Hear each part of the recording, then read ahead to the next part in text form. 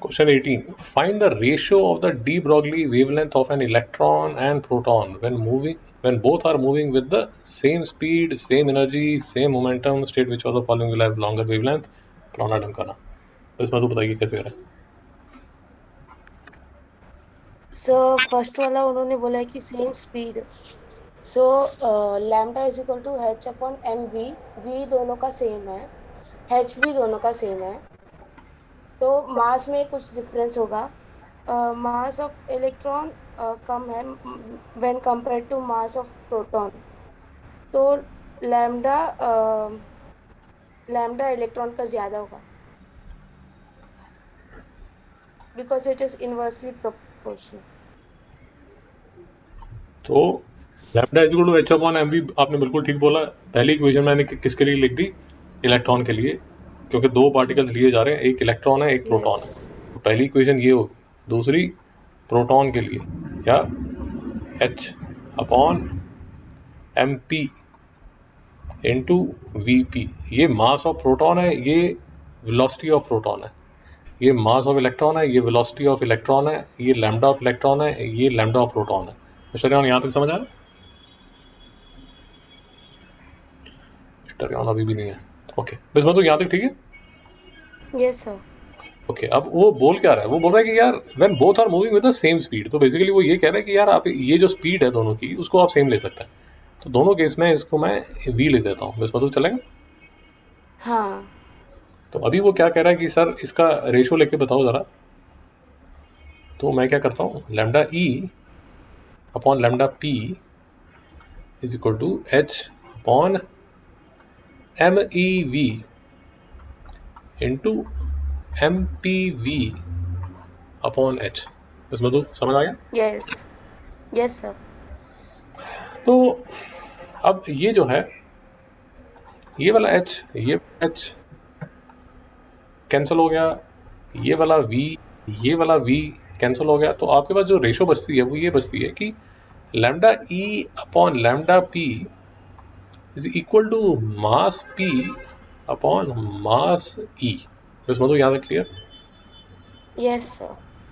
Basically अगर आप इसको ध्यान से देखें और आपका रेशो प्रोपोर्शन बेसिक अरिथमेटिक अगर ठीक तरह काम करता है, तो आपको ये समझ आ जाएगा कि ये आपको सिर्फ ये बताने की कोशिश कर रहे हैं कि जो वेवलेंथ है वो मास के इनवर्सली प्रोपोर्शनल है. मतलब मास जितना ज़्यादा होगा, हाँ. जो वेवलेंथ है उतनी कम होगी. बात पकड़ में आई मैडम? Yes sir. और एक बात और, जैसे आपने लास्ट लेक्चर में भी पूछा था, वो आपसे सिर्फ रेशो मांग रहे हैं. तो रेशो आप lambda E upon lambda P भी निकाल सकते हैं, आप लैम्डा पी अपॉन लैम्डा ई भी निकाल सकते हैं. नहीं समझ आ रही मेरी बात? हाँ. Yes sir. तो उसमें चिंता मत कीजिए कि वो आपसे क्या पूछ रहे हैं क्या नहीं पूछ रहे, क्योंकि जो आपका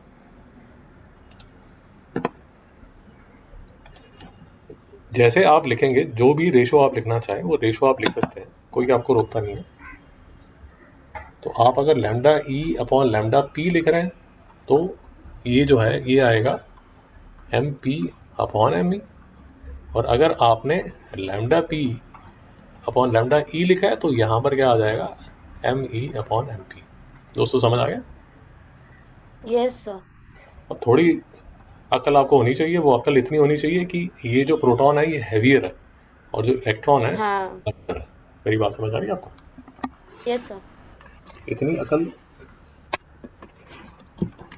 प्रभु से मांगिए. अब मास ऑफ प्रोटॉन आपके पेपर में दिया जाएगा, वो शुरू शुरू में दिया लिखा रहेगा. तो मैं 1.67 into 10⁻⁻27 upon mass of electron 9.11 ले लेता हूँ. 9.11 इंटू 10⁻⁻31.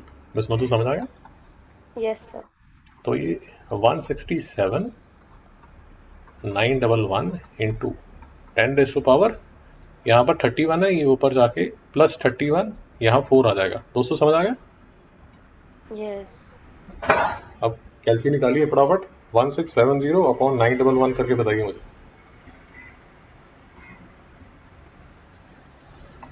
थोड़ा सेट करने का एक्चुअली इसको मैं 1670 अपॉन 911 इंटू 10⁻³ लिख देता हूँ. फिर इसको 1670 डिवाइड बाय 911 1833 1.83. 1.833 to 10 yes. तो ये आ गया 1833। Yes sir. राम जी कुछ समझ आया नहीं यार?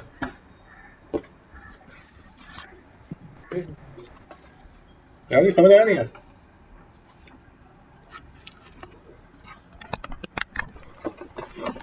मिस्टर राम डाउट है?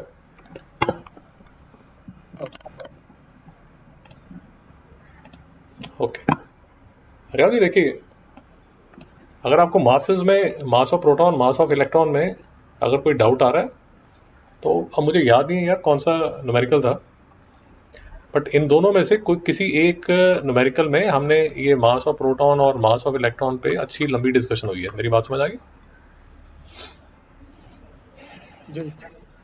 आई थिंक शायद ये वाला जो, मुझे अब याद नहीं यार, इन दोनों में से देख लेना कोई एक होगा जिसमें मास ऑफ प्रोटॉन और मास ऑफ इलेक्ट्रॉन पे हमने अच्छी लंबी डिस्कशन की है।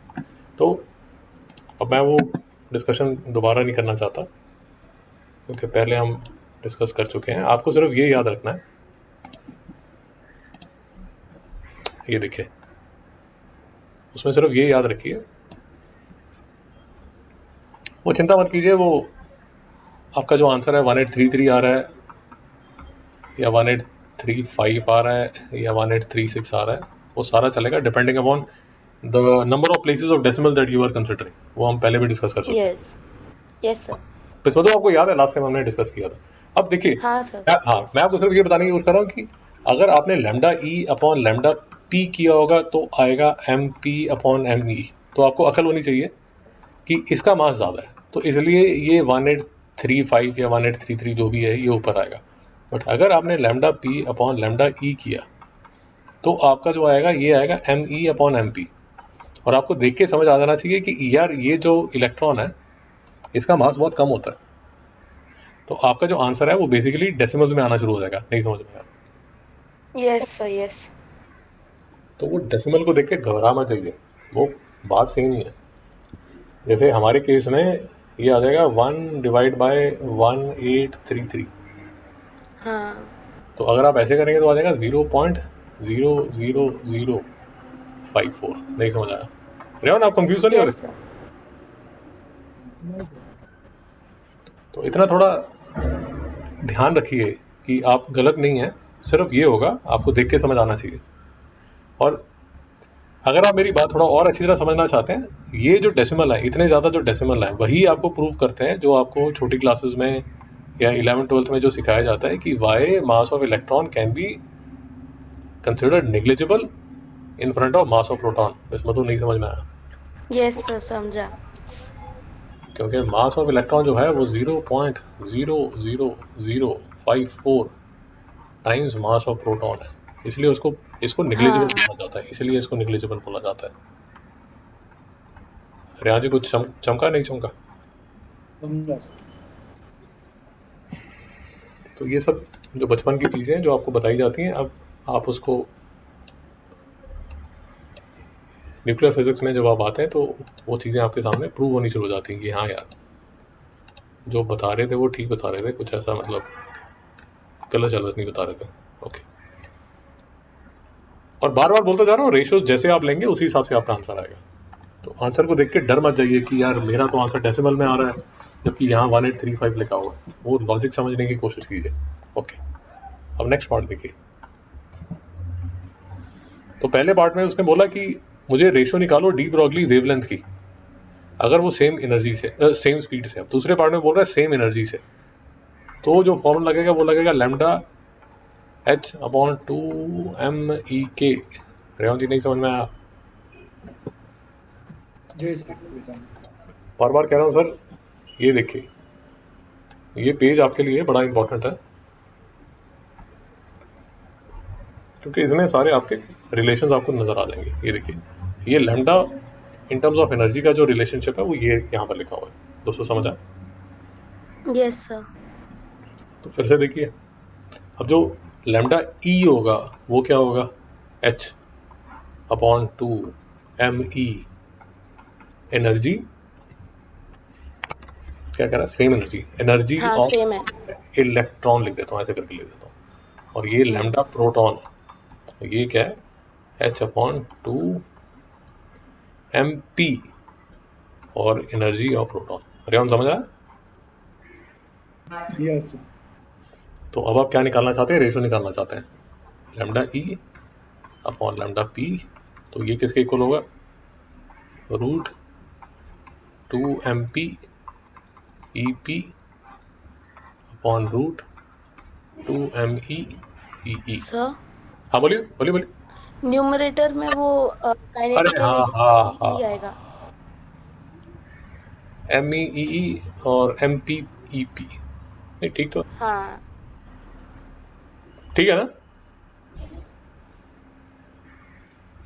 No sir, it is MEEE। तो मैंने क्या लिखा, आपने MPEP लिखा है ना, न्यूमरेटर में। देखिए ये लैम्डा ई है, हाँ। ये लैम्डा ई है, यस। इसका MEEE ये है, MEEE। Sir but we are dividing lambda E upon lambda P ना, तो न्यूमरेटर में लैम्डा ई का जो भी डिनोमिनेटर था वो आएगा ना। देख मुझे समझ गया। अगर आप ये देखें, लैम्डा ई हाँ। अपॉन लैम्डा पी अगर आप करेंगे, तो आप हाँ। ऐसे लिखेंगे H/2 MEEE yes. Whole upon H/2 root of 2 MPEP। MPEP। यहाँ तक ठीक है। Yes sir. यस। तो मैं अब आपको ये कहने की कोशिश कर रहा हूँ कि ये वाला जो है हम्म। वो ये वाला है, और ये वाला जो है ये कूद के इसके यहाँ चले जाएगा। नहीं समझ में आया भाई। ओ, इट गेट्स क्रॉस मल्टीप्लाइड। हाँ। Okay sir, understood. अरे डाउट आ रहा है क्या। No sir, understood. x/(x=1/4) ऐसे लिख लो यार, 3/4, हम्म। y=5/7। तो x/(y)=3/4/5/7। यहाँ तक क्लियर है। यस। अब मैं आपको सिर्फ ये बोल रहा हूँ कि this can be written as 3/4 × 7/5। नहीं समझ में आया। हाँ हाँ। अब ध्यान से देखिए जो मैंने किया, 21/20। जो 4 है, ये वाला जो 4 है वो ये वाला 4 है, यस। ये जो 7 है इसने जैम्प मार के यहाँ पहुंच गया। ये देखो, ये 7, ओ या। ये 3 का नेबर बन गया। रेवन आपको समझ आ रहा नहीं यार। समझ रहा सर। मिस मधु डाउट तो नहीं। नो सर, नो डाउट, अभी समझा। अगर आपको ये सब देख के यू फील नॉजिएटेड, तो एक और सिंपल मेथड देख लीजिए। जब भी कंफ्यूजन हो तो इसको ऐसे लिख लीजिए, 3/4 / 5/7। ये तो लिख सकते हैं ना। हाँ, उसके बाद रेसिप्रोकल तो लेने थ्री का। By four into 7/5, yes. ये आसान है। बट बात वही है जो मैं आपको कह रहा हूँ। हाँ yes sir. Rao ji doubt अगर ओके, नो डाउट। तो lambda E upon lambda P किसके इक्वल होगा, H/2 MEEE into H/2 MPEP। बस वो तो क्लियर है यहाँ तक। Yes sir. यस। तो ये प्लैंक्स कॉन्स्टेंट आप बस भागना शुरू हो जाएगा, ये 2 भाग गया। हाँ, एनर्जी भी। एनर्जी सेम है, एनर्जी सेम है। आप सेकंड हाँ। पार्ट में वो बोल रहे हैं सेम एनर्जी। जब सेम एनर्जी है तो ये ई और ई पी इसको भी कैंसिल कर सकता है। तो lambda E upon lambda P is equal to √MP/ME। दोस्तों नहीं समझ में आया। Yes. Yes sir, understood. Revathi ji समझ नहीं आया। समझा सर। रेवती जी अगर नींद नहीं आई है आपको और मेरी बात ठीक तरह समझ रहे हैं, फर्स्ट पार्ट में आप ऑलरेडी MP/ME निकाल चुके हैं, जो कि ये है 1833। नहीं समझ में आया। यस। तो यहाँ पर आके आपको सिर्फ रूट ऑफ 1833। ये जो MP ME निकला था यहाँ पर, ये जो 1833, इसका सिर्फ रूट निकालना। नहीं समझा? समझा सर। दोस्तों डाउट है तो रोकिए। No sir, no doubt. Mister Ron,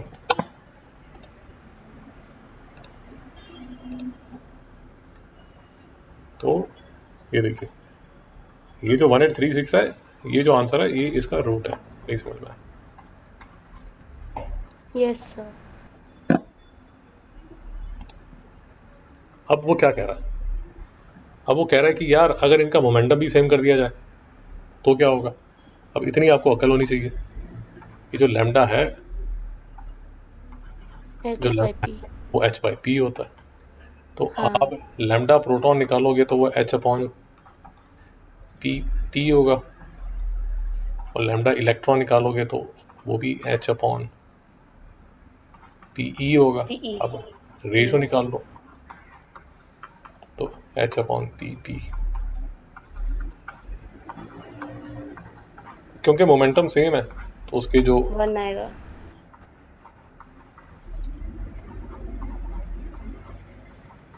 जो वेवलेंथ है वो भी सेम होगी। सेम है तो it is yes. Another way of saying कि उसकी जो रेशो है वो 1 होगी। रेवान जी कोई डाउट? No. ये देखिए, ये आपने सेकंड पार्ट निकाला, ये आपने सेकंड पार्ट निकाला, ये 1835 आपने डाला, ये 42.84 यहाँ निकाल दिया, और फिर लास्ट पार्ट में आपने जो लैम्डा है वो सेम कर दिया। सर यहाँ तक क्लियर? जी सर। ओके।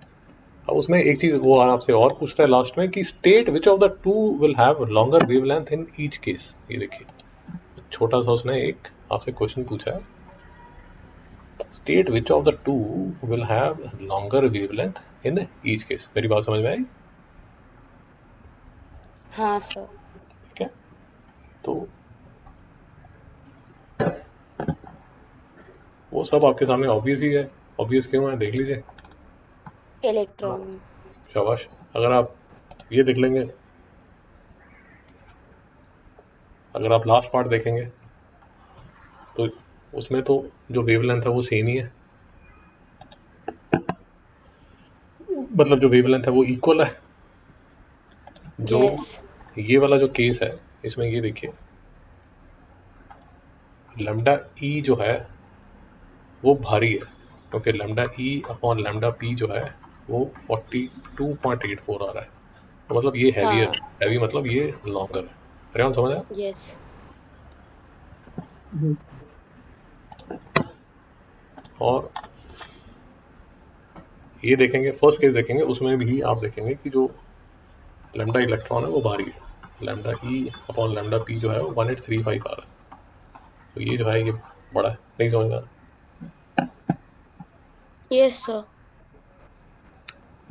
तो मिस्टर रेहान फिर से रिक्वेस्ट, ये सारे न्यूमेरिकल्स जो भी डी ब्रॉगली के न्यूमेरिकल अपलोड हो रहे हैं वो प्लीज़ सारा देख लीजिए। ये कंसेप्ट आप वीडियो आपने देख लिया, बहुत अच्छी बात है। यहाँ पर ये सारे के सारे डी ब्रॉगली के न्यूमेरिकल शाम तक या कल सुबह तक अपलोड हो जाएंगे। आप उनको जी देख लेंगे, देख लेंगे नेक्स्ट क्लास से पहले। जी जी। ओके।